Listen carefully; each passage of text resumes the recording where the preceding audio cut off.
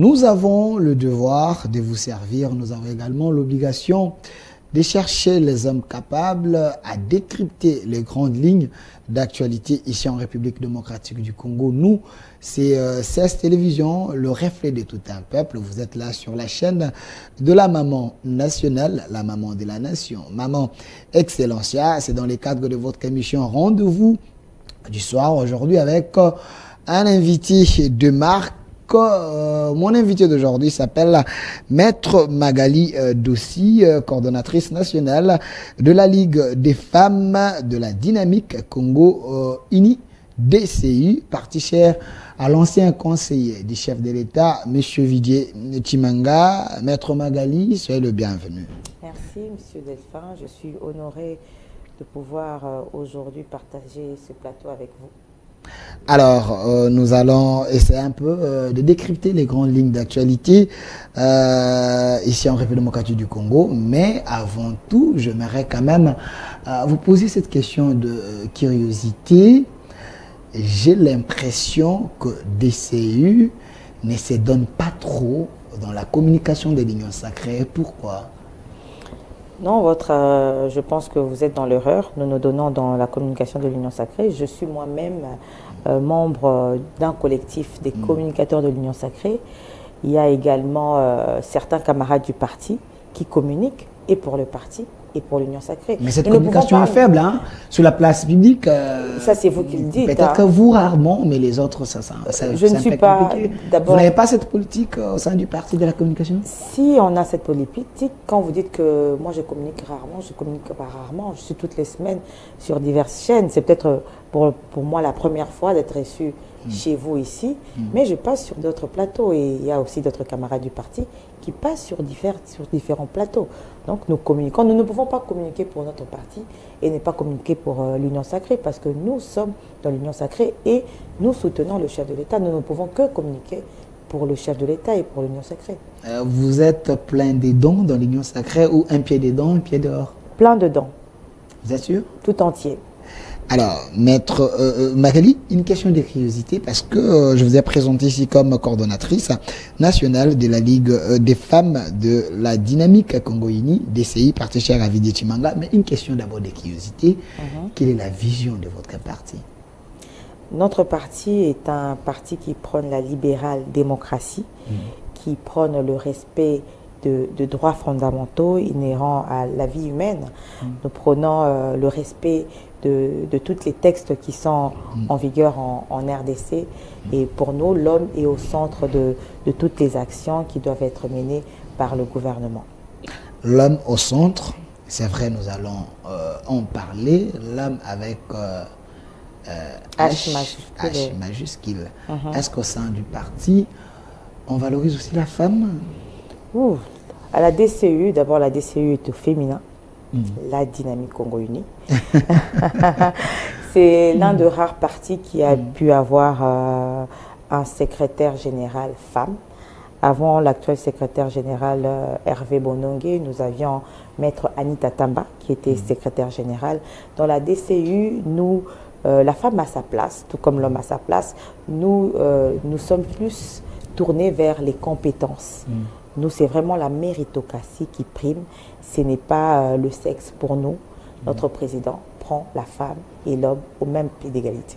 Quand vous parlez de la compétence, on sait que la femme vend plus ses rouges à lèvres, sa beauté, sa démarche. Et il y a ce qu'on appelle, surtout promotion canapé. Aujourd'hui, vous êtes coordonnatrice. Vous l'avez mérité? Je pense que je l'ai mérité parce que je ne suis pas arrivée coordonnatrice en passant par la promotion canapé. C'est plutôt, je pense que les autorités du parti ont pu déceler en moi ces compétences de pouvoir aujourd'hui être à la tête de la Ligue nationale des femmes.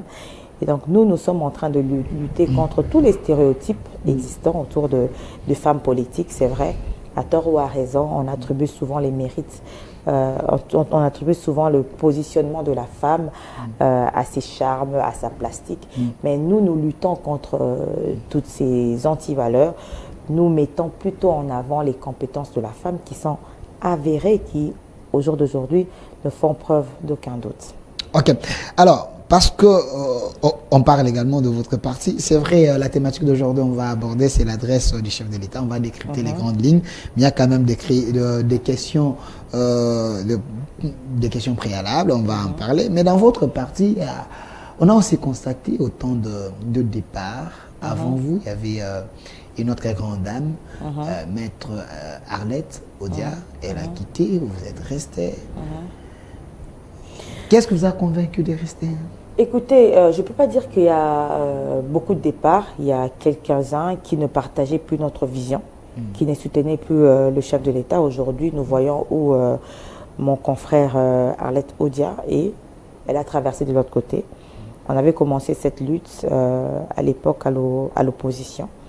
Moi, je n'étais pas encore à la dynamique Congo Uni parce que, pour la petite histoire, moi j'ai commencé très jeune dans un parti politique dont je préfère taire le nom, mais j'étais jeune et je n'étais pas préparée à toutes les réalités qu'il y avait dans la vie politique.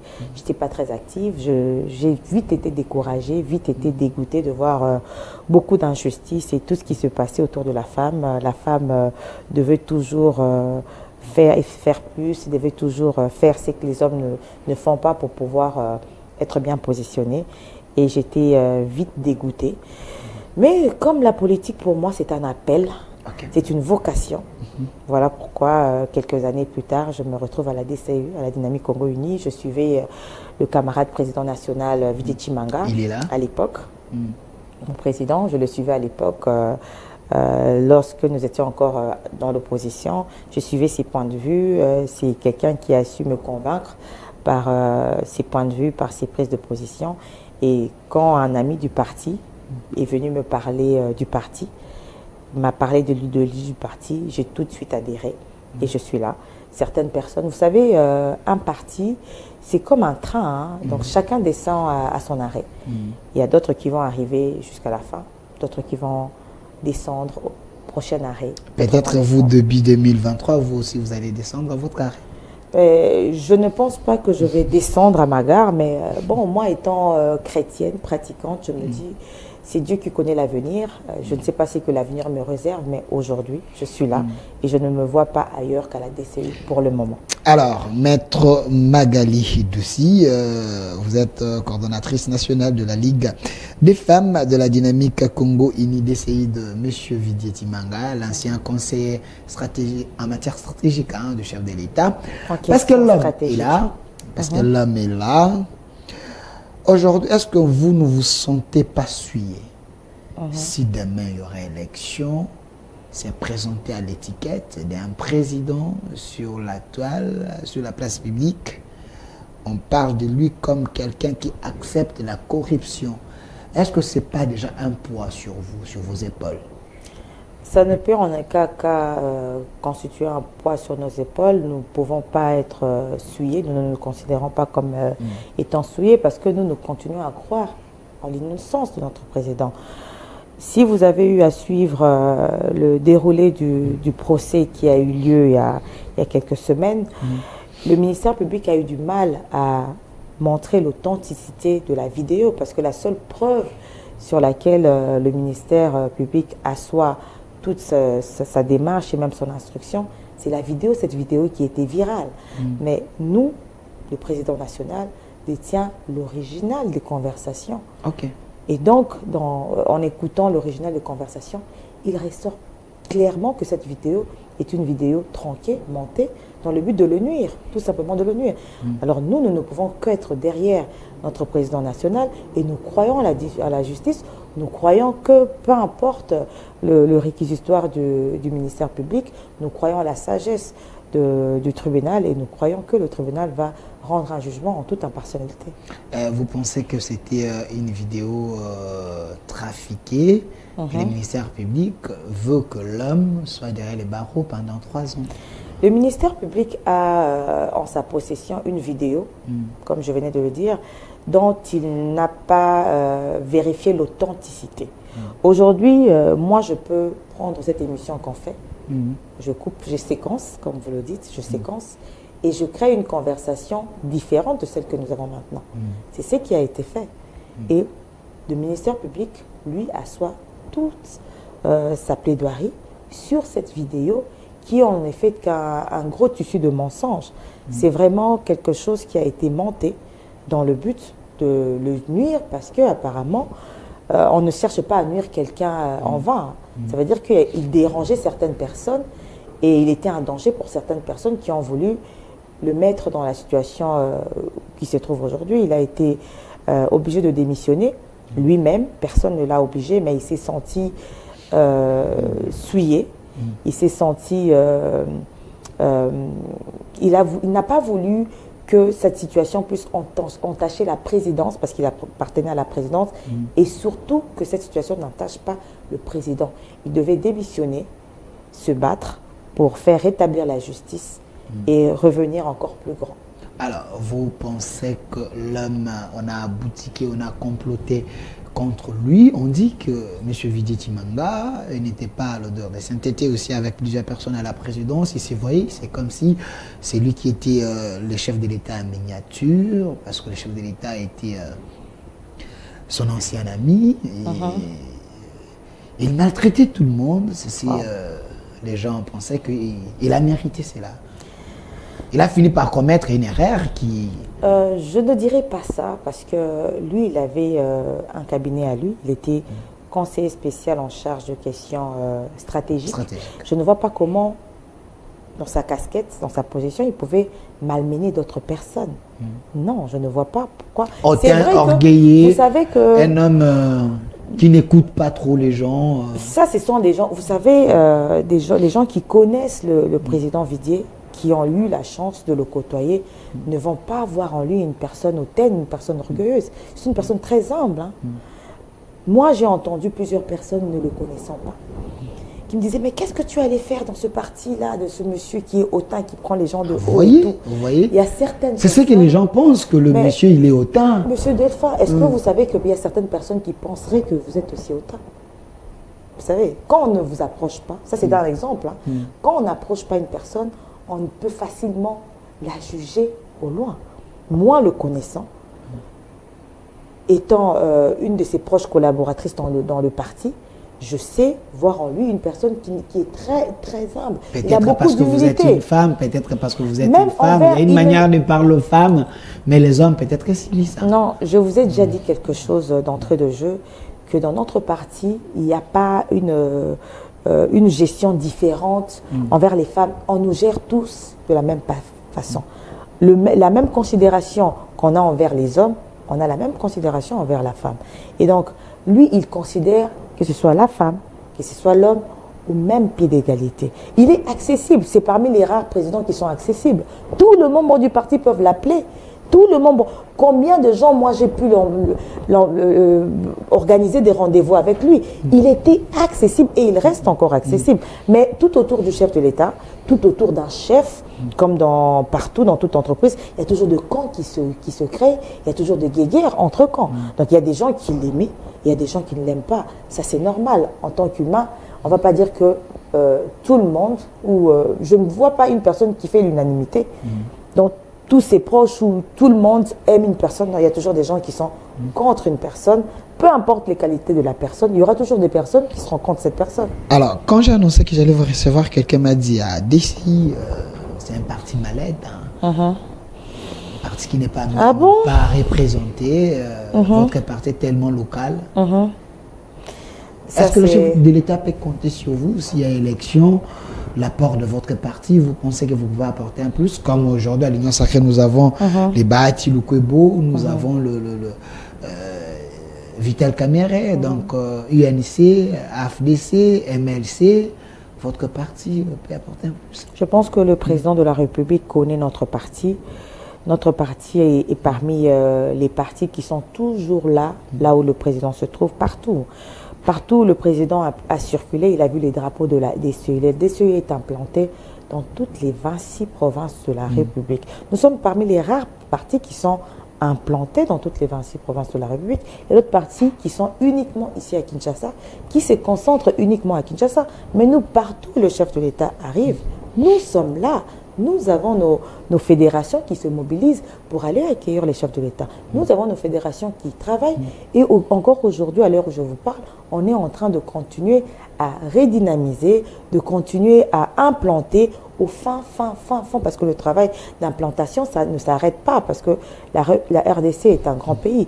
Aujourd'hui, nous n'avons pas de représentants au niveau de l'Assemblée nationale, au niveau du Sénat, au niveau de différentes assemblées provinciales. Parce que vous n'avez pas un point politique. Parce que, non, c'est pas parce qu'on n'a pas un point politique. On avait notre stratégie au départ. Notre stratégie, c'était d'abord, on a soutenu le candidat président de la République, qui était notre candidat, et puis on s'est dit, on va d'abord implanter le parti dans toutes les 26 provinces de la République, et puis nous allons nous représenter à tous les niveaux, excepté au niveau de la présidence. Et vous n'avez pas pris part aux élections de 2018 Nous n'avons pas pris part à ces élections. C'est parce que vous étiez un poids mouche. C'est pas parce qu'on était un poids mouche, c'est parce que, écoutez-moi bien, on avait choisi un candidat, président de la République, qui était le président Félix-Antoine Tshisekedi, qu'on a soutenu. Et puis, par rapport à notre stratégie, on s'est dit, on va implanter à travers toute la République, comme ça, aux prochaines élections, nous allons nous présenter à tous les niveaux, excepté au niveau présidentiel. Et là, maintenant, nous sommes prêts. Nous avons implanté à tous les niveaux. Et là, vous allez plutôt sur l'étendue du territoire national. Et là, nous allons maintenant aller aux élections. Et nous savons que nous allons avoir des représentants à tous les niveaux. Excepté au niveau présidentiel. Au niveau présidentiel, notre candidat... Au niveau présidentiel, s'il vous plaît, oui. C'est parce que Vili Chimanga n'est pas présidentiable ou c'est parce que tu sais qu'il fait mieux?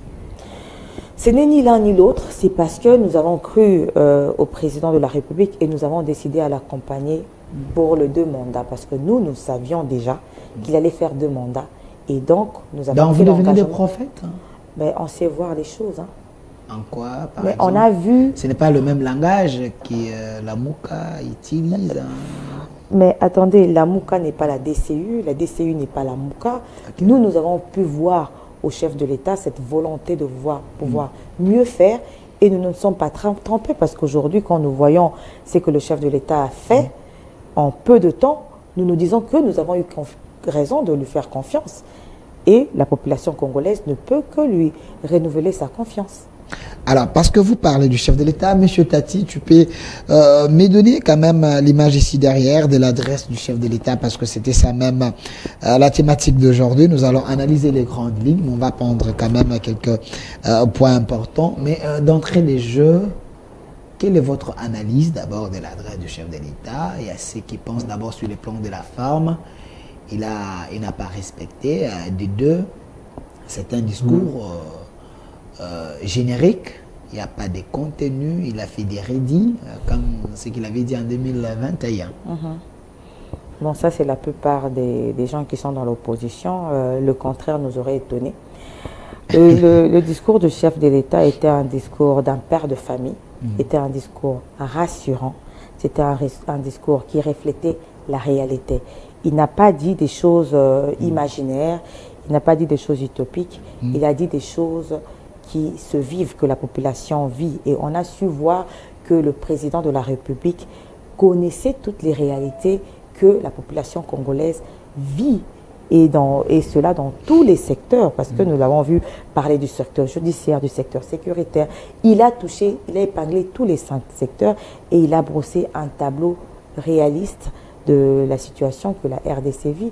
Et donc moi, je suis parmi ceux qui félicitent le chef de l'État de voir que ça fait des années qu'on n'a pas eu un président qui a pu faire un discours sans lire. Pendant des heures, il a tenu pour nous montrer qu'il avait la maîtrise de la situation. C'est vrai ça, où il y avait des prompteurs quand même. On sait, même Emmanuel Macron et les autres utilisent des prompteurs à distance. Hein. Vous pensez c'était dans sa tête? Il était en train de...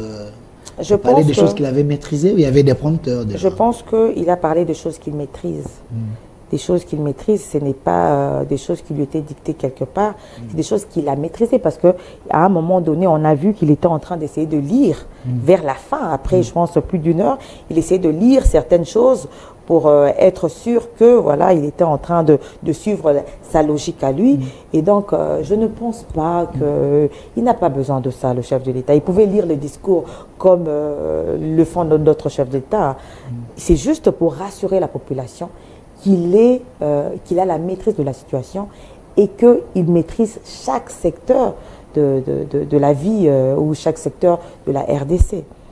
Les autres pensent qu'en voulant mieux faire, il s'est heurté lui-même il a dit des choses qui ont un déphasage avec la réalité. Par exemple, quand il a parlé de l'économie qui est en train de s'améliorer, la vie sociale et autres, les autres réponses qui n'est pas en contact avec les réalités. Sur le plan économique, pensez-vous que l'Union sacrée fait mieux? Et s'il y a l'augmentation, est-ce qu'il y a les retombées sur le panier ménagère? Écoutez, aujourd'hui, je pense que personne ne peut dire que l'Union sacrée fait mal les choses. L'Union sacrée fait mieux les choses que les législatures passées. Pourquoi? Parce qu'on a vu cette croissance, cette augmentation du budget qui explose à 14 milliards. Presque 15 milliards. Presque 15 milliards, c'est une première, je pense. On dit que c'est de la poudre aux yeux, donc c'est chimérique. Donc, vous êtes fort en chiffres, mais la réalité, c'est autre chose. Donc, vous savez, ça, ce sont les discours des opposants. Les opposants, on les connaît. Eux, ils sont toujours en train de s'opposer. Même quand ils palpent la réalité, ils doivent toujours essayer de s'opposer parce que eux, au fait, ils font du populisme. Ils essayent de retourner la population. Mais cette population qui aujourd'hui a beaucoup mûri, cette population qui n'est plus manipulable, cette population qui a compris qu'ils ont un chef de l'État qui a vraiment un souci de Congolais et du Congo, qui se comporte vraiment en père de famille. Aujourd'hui, quand vous dites que les opposants ne voient pas l'incident de toute cette croissance sur le panier de la ménagère, mais c'est faux. Il y a quelques jours, il n'y a pas longtemps, on a vu comment le prix de denrées alimentaires ont baissé. Par exemple? On a vu le carton. Vous êtes une mère, hein? Je suis une mère, et donc je fais le marché. J'ai vu les produits, le vivre frais, que ce soit le poulet, que ce soit le chat, il y a eu diminution. Pour certains articles, il y a eu diminution à hauteur de 30 $. Pour certains articles, à hauteur de 5 $. Quand déjà une diminution sur un article de plus de 30 $, vous voyez un peu l'impact que ça a sur le panier de la ménagère. Vous êtes en train de vivre dans votre monde à vous, ou le même monde avec les autres, parce que si vous dites cela, même la femme de l'opposant fait aussi les marchés. Est-ce que vous pouvez nous aider avec des sites? Parce que à la maison, je sens les gens en train de crier. C'est où? Parce qu'on est... Mais c'est dans tous les marchés. C'est dans tous les marchés. C'est quelque chose d'officiel. C'est pas quelque chose que je suis en train d'inventer. Les prix avaient été donnés. Il y avait même une grille tarifaire pour voir les prix des vivres, de certaines denrées alimentaires et particulièrement du vivre frais avant. Et maintenant, on a vu la diminution des différents prix. Et comme les opposants femmes, tout comme les femmes des opposants vont au marché, ils le savent. Tous les opposants le savent. Je pense que la population congolaise dans son entièreté sait que ce que je suis en train de dire, ce n'est pas une invention, c'est la réalité. On dit qu'aujourd'hui, les fonctionnaires ne sont pas vraiment payés parce que, vous vous rappelez bien, le parole des campagnes de l'actuel président, il avait dit, une fois pouvoir, on va payer les soldats 500 $.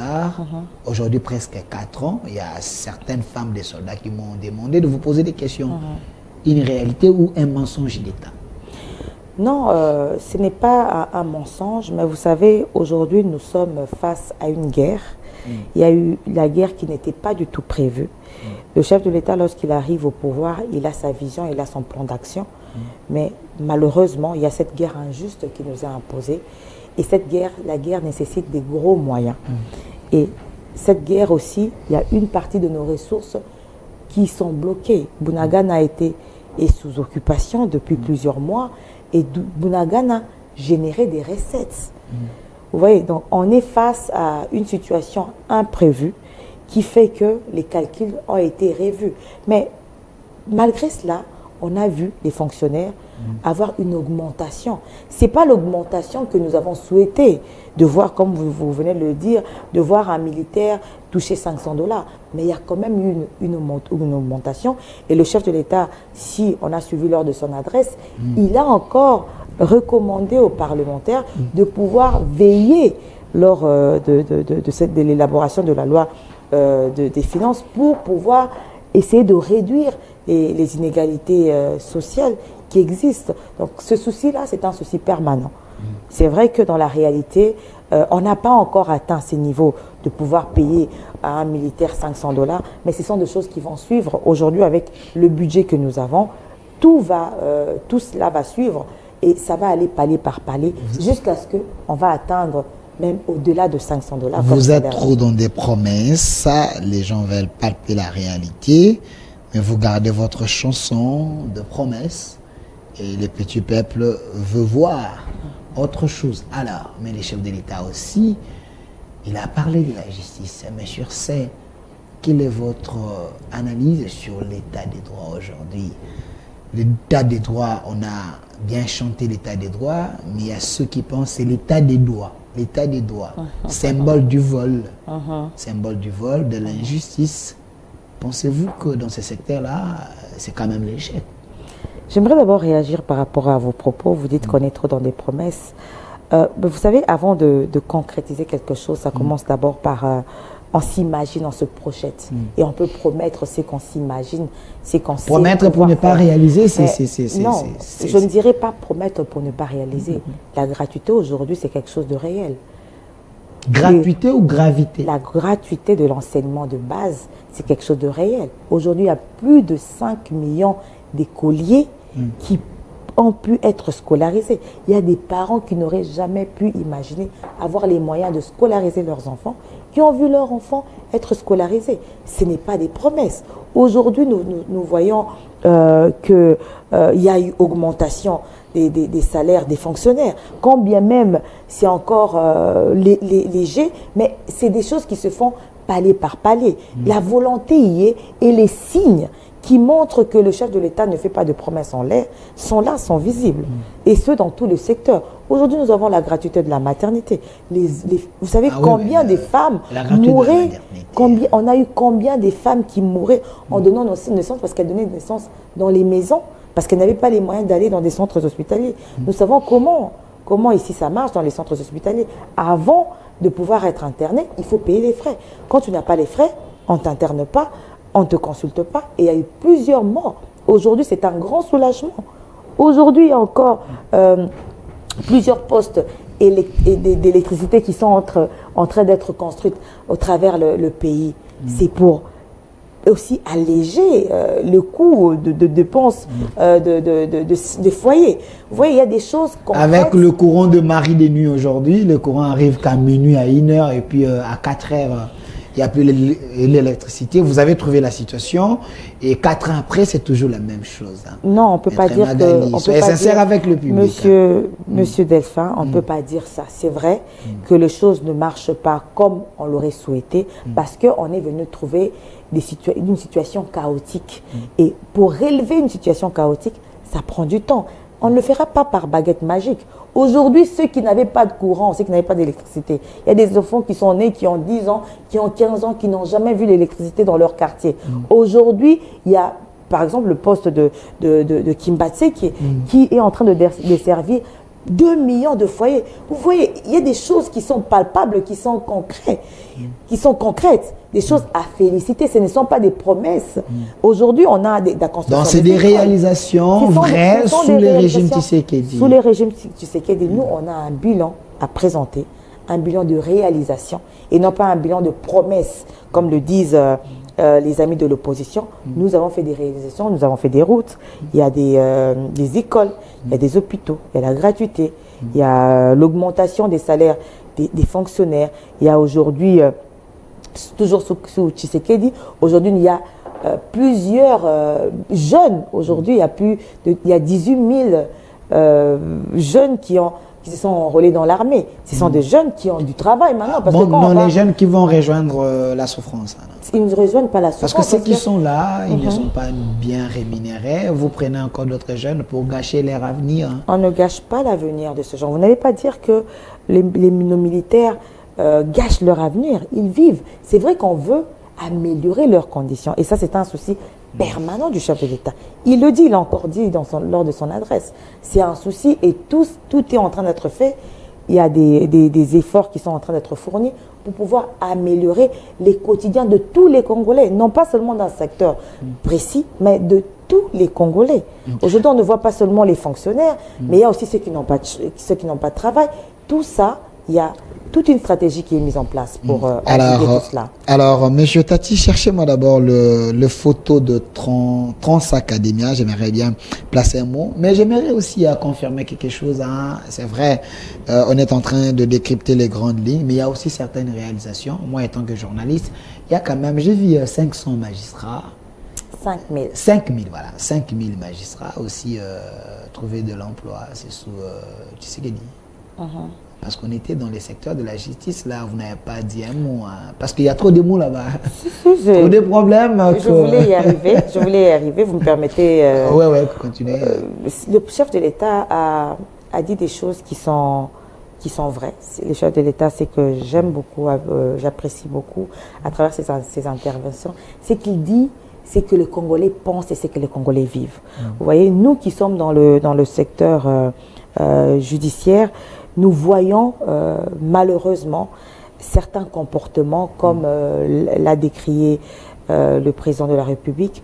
Il y a des magistrats qui sont véreux. Il y a certains magistrats qui ont compris le concept de l'état de droit. Mais il y a d'autres, des moutons noirs, qui n'arrivent pas à comprendre. Et avec l'arrivée des 5000 magistrats, c'est que le président espère, et c'est que nous tous nous espérons, c'est qu'il y aura certains magistrats qui vont aller à la retraite, il y aura des nouveaux magistrats qui viendront avec un nouvel esprit, qui auront compris le souci du chef de l'État et le souci de tout Congolais, d'avoir une justice équitable pour tous et d'avoir réellement un état de droit, parce que c'est la justice qui élève une nation. Donc nous comptons sur les 5000 qui vont être intégrés, ça va aller par palier. Il y aura d'abord le 2500 qui ne doivent pas être concentrés à Kinshasa, parce que malheureusement, ceux qui vont dans la magistrature, la plupart veulent rester à Kinshasa. Alors que... Parce que dans nos provinces, là, il n'y a même pas il y a des cours et tribunaux, il n'y a pas des juges, il n'y a pas des magistrats. Donc il y a un travail à faire, il y a des infrastructures qu'il faudra construire, parce que nos amis qui ont géré ce pays pendant plusieurs années n'ont pas eu le souci de pouvoir construire des infrastructures qui devaient abriter des cours et tribunaux à travers la République. Donc dans certains coins, quand vous voyez les maisons qui abritent les tribunaux et les parquets, vous n'en croirez pas à vos yeux. Est-ce que pensez-vous que les hommes en robe comme ça, il y a encore les hommes intègres aujourd'hui dans notre justice? Parce qu'aujourd'hui, Madame Magali, sans vous mentir, il y a tellement trop de problèmes dans ces secteurs. Le chef de l'État lui-même ne semble pas être d'accord avec ce qui s'est fait.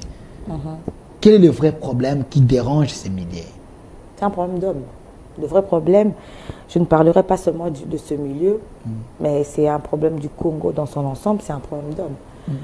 L'homme congolais, malheureusement, il y a de moins en moins d'hommes qui sont intègres.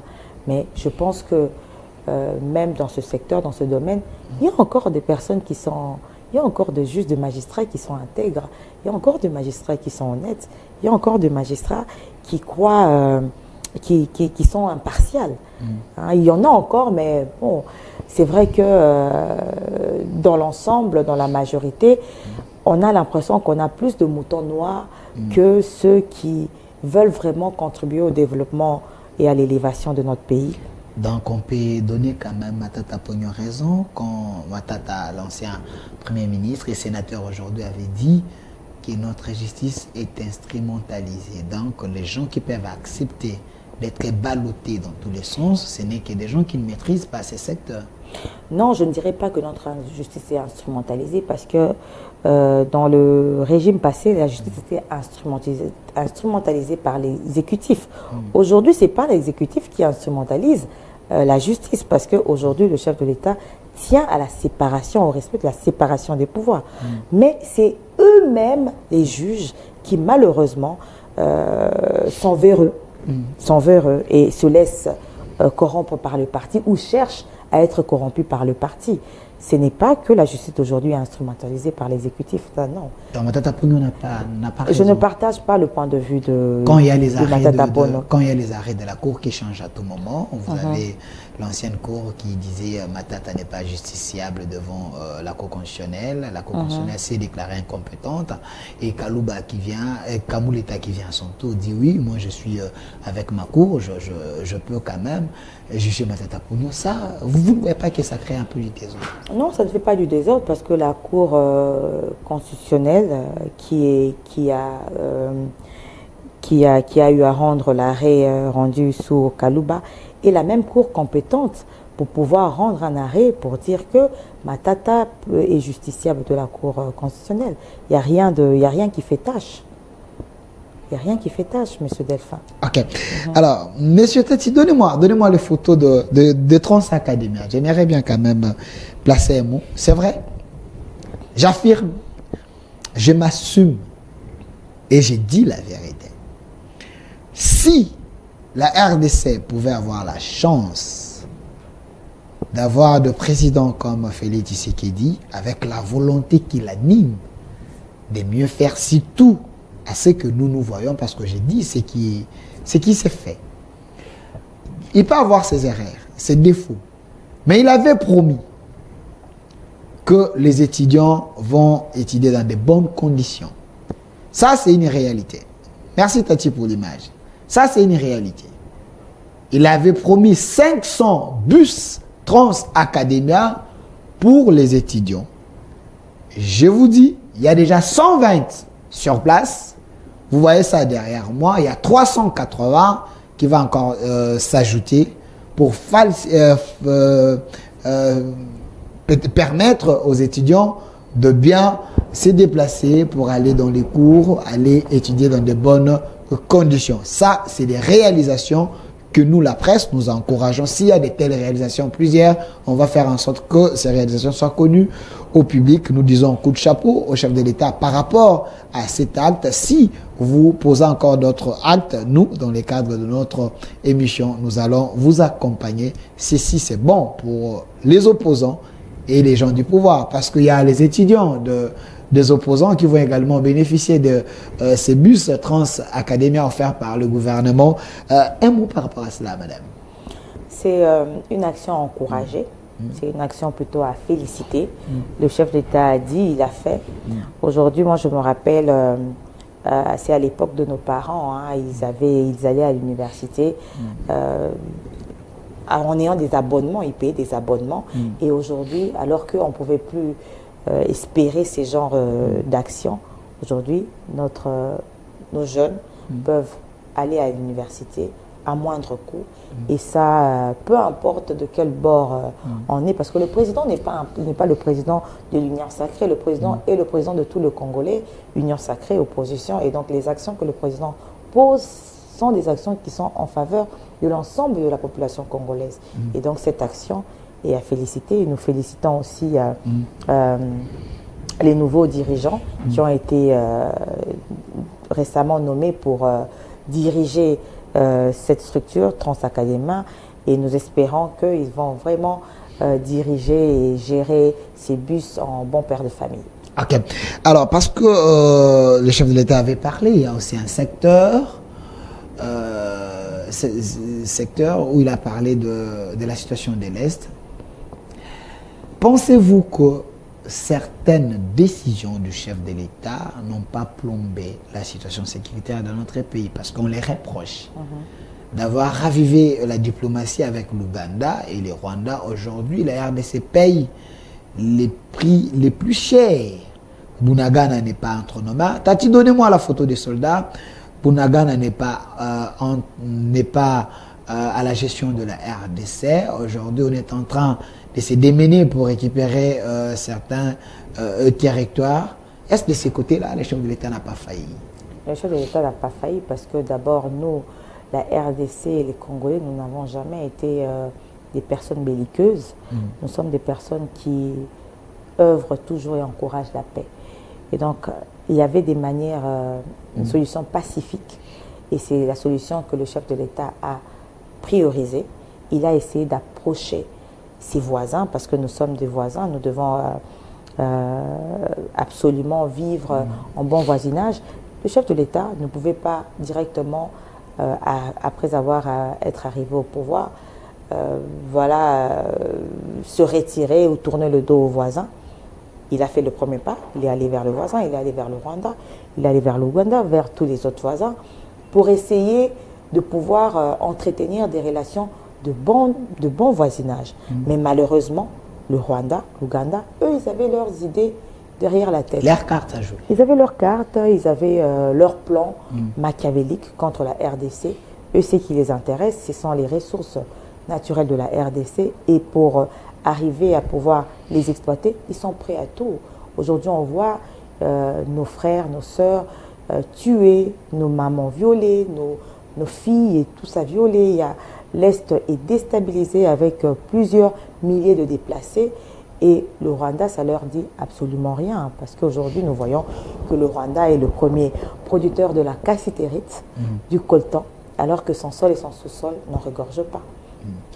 Est-ce que le problème, c'est les dirigeants rwandais ou le problème, c'est les peuples rwandais et tous, ils sont contre la RDC? Je ne pense pas que le problème se situe au niveau du peuple rwandais, non, parce qu'on voit certains Rwandais qui sont contre la politique de Paul Kagame. Mais le problème, c'est Paul Kagame et les gens qui sont contre apparemment tout le Rwanda, et sous un silence des cimetières, personne n'ose les tons contre la gestion des Kagame et aussi contre les attaques en RDC. Parce qu'ils ont peur, ils sont sous dictature. Kagame, c'est un dictateur. C'est un dictateur. Il a même voulu donner les leçons de la démocratie à Tshisekedi ici. Mais bon, c'est quelqu'un qui n'a pas de gêne, qui a voulu nous donner une leçon alors que dans son pays, il terrorise sa population. La population rwandaise qui s'exprime, c'est pour la plupart ceux qui sont en dehors du Rwanda, ceux qui sont au Rwanda. D'autres qui veulent s'exprimer sont soit tués, soit arrêtés. Et donc la population a peur. Mais nous connaissons certains Rwandais qui sont totalement contre la politique de Paul Kagame. Aujourd'hui, le Paul Kagame est en train d'exposer le Rwanda à plusieurs risques. Parce qu'aujourd'hui, si la RDC décidait de faire la même chose au Rwanda, le Rwanda serait totalement déstabilisé dans son ensemble. Comment ça, on n'a pas une armée capable, on ne peut pas acheter les armes, on ne peut pas. Pensez-vous qu'il fallait se battre avec le Rwanda, avec le main? On a une armée capable. On ne peut pas dire qu'on a une armée incapable. Si je parle des armes, on n'a pas de non, parce que vous avez commencé par dire on a une armée capable, on a des munitions. Mais malheureusement, nous sommes soumis à ce régime injuste de la notification préalable qui nous cause énormément préjudice, alors que ça avait été mis en place pour nous sécuriser, mais le fruit, ça produit des fruits contraires, parce que nous ne pouvons pas acheter les armes que nous voulons, comme nous voulons, quand nous voulons. Alors qu'il y a ceux qui nous agressent, eux, ils ont des équipements de dernière génération, ils peuvent aller acheter les armes sans être inquiétés. Et voilà, c'est tout ça. Le Congo subit des injustices à tous les niveaux, malheureusement. Et le président est en train de le dire, on le dénonce. Et je pense que c'est toute la population congolaise qui aujourd'hui a compris et dénonce l'injustice, la grande injustice que vit la RDC. La grande injustice que vit la RDC, parce que là, on va toucher l'apport de la communauté internationale, mais avant cela, parce que Omefe Senghor est en train de chuter. Monsieur Tati, donnez-moi d'abord la vidéo où le chef de l'État est aux États-Unis avec son gouvernement. Je l'ai vu avec Lutundula, Mouyaya et les autres, parler avec monsieur Blinken. Donnez-moi la vidéo, nous allons revenir sur ce plateau pour placer un mot. Alors, en attendant, on est en train de chercher la vidéo. Maître Magali, je précise Maître Magali Dossi, vous êtes coordonnatrice nationale de la dynamique des femmes, de la dynamique Congo Uni, DCI. Je n'ai pas massacré quand même votre parti politique, parti cher à monsieur Vidier Chimanga. Peut-on compter sur la communauté internationale? La RDC peut s'appuyer à eux? cette communauté internationale nous semble divisée. Il y a ceux qui sont contre la RDC, qui soutiennent le Rwanda, clairement. Nous avons vu, c'est que je dénonce encore sur ce plateau, l'apport de l'Union européenne à hauteur de 20 millions de dollars qui a été décaissé en faveur de l'armée rwandaise, alors que nous, l'armée congolaise, nous ne cessons de nous battre avec nos moyens, alors que la RDC est agressée et que c'est le Rwanda qui est pointé du doigt et qu'il y a des rapports crédibles qui font état que c'est le Rwanda qui agresse la RDC. La France, plutôt l'Union européenne, préfère pas faire fi de toutes ces dénonciations et continuer à soutenir le Rwanda. Et donc, moi, j'ai un sentiment vraiment perplexe, mitigé, face à cette communauté internationale qui... Et si le chef de l'État à Washington en train de signer encore les accords. Mais nous avons... nous avons vu le Conseil de sécurité des Nations Unies qui a condamné le Rwanda. Donc, comme je l'ai dit, la communauté internationale est divisée. Il y a certains qui comprennent que la RDC est agressée par le Rwanda et même ils demandent au Rwanda de demander au M23 de se retirer. Mais il y a une autre partie de cette communauté qui se retrouve à travers cette guerre, à travers les ressources naturelles de la RDC. Et donc, le chef de l'État, en tant que diplomate, parce que c'est un grand diplomate et sa diplomatie porte des fruits aujourd'hui. Une diplomatie agissante. Et je pense qu'il ne se fatiguera pas de porter les revendications de la RDC. Et cette occasion qui s'offre à nous, et à lui en particulier, qui porte les voix de la RDC à Washington, c'est aussi une occasion de pouvoir encore dénoncer ces injustices que subissent la RDC. Merci. Maître Magali, parce qu'en effet, il nous reste 5 minutes, on est en train d'échicher avec vous, Monsieur Tati. Parce que hier, il y a eu quand même un problème très sérieux ici dans la ville-province de Kinshasa. Il y a eu la pluie, on a eu autant de morts. Alors, donnez-moi un peu l'image ici derrière, Monsieur Tati, Madame Magali. Voilà. Il y a un spectacle désolant. Hier, la pluie a causé autant de dégâts. Pensez-vous que c'est la responsabilité du gouvernement central ou le gouverneur de la ville de Kinshasa devrait plutôt prendre des précautions, des mesures préventives, parce que ce n'est pas la première pluie qui a causé des dégâts. À qui peut-on nous donner la responsabilité de ces drames? Je ne peux pas aborder ce sujet sans commencer par compatir avec cette population. Je présente mes sincères condoléances à la population quinoise dans son entièreté et aux familles éplorées, ainsi que je compatis avec ceux qui ont eu à perdre leurs biens. Vous savez, ce qui se passe aujourd'hui, ces spectacles désolants que nous vivons après des pluies diluviennes, en deux sources, je peux dire. Il y a des sources naturelles, la pluie qui est naturelle, qui n'est pas le fait de l'homme, et des sources humaines. Ces sources humaines sont principalement dues à l'incivisme de la population. Ainsi, nous voyons que dans la ville de Kinshasa, il y a plusieurs constructions anarchiques qui pullulent. Il y a des constructions anarchiques qui ont été construites sur des collecteurs, là où normalement l'eau devait être évacuée.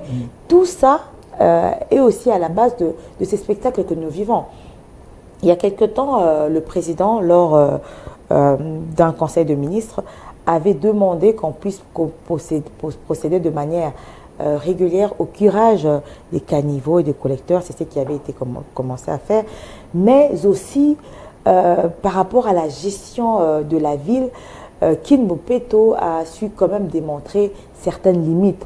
Je pense que je vais profiter de cette occasion pour pouvoir interpeller la ville-province de Kinshasa, le gouverneur de Kinshasa, afin que nous puissions... Cherchez-moi la photo de M. Ngobila, s'il vous plaît. Afin qu'il puisse mieux gérer les immondices, qui sont aussi à la base, ça bouche les Mais à Kinshasa Bopeto.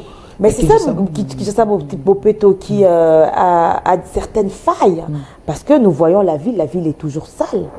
La ville est très sale. malgré Kinshasa Bopeto. Mais l'Assemblée provinciale est là avec les députés, avec le président Godempo, et vous pensez qu'on ne comprend pas. Eux ne voient pas cela, Gentini Ngobila fait mieux.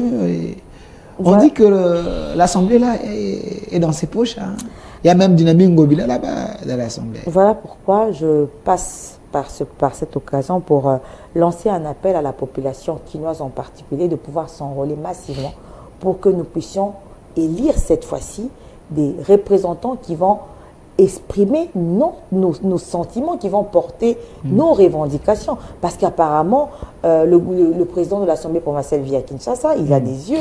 Les députés provinciaux, via Kinshasa, ils ont des yeux. Ils voient les mêmes choses que nous voyons. Mais qu'est-ce qu'ils font? Qu'y font-ils? Ont-ils interpellé le gouverneur? Ont-ils interpellé? Est-ce qu'il a déjà été interpellé d'abord?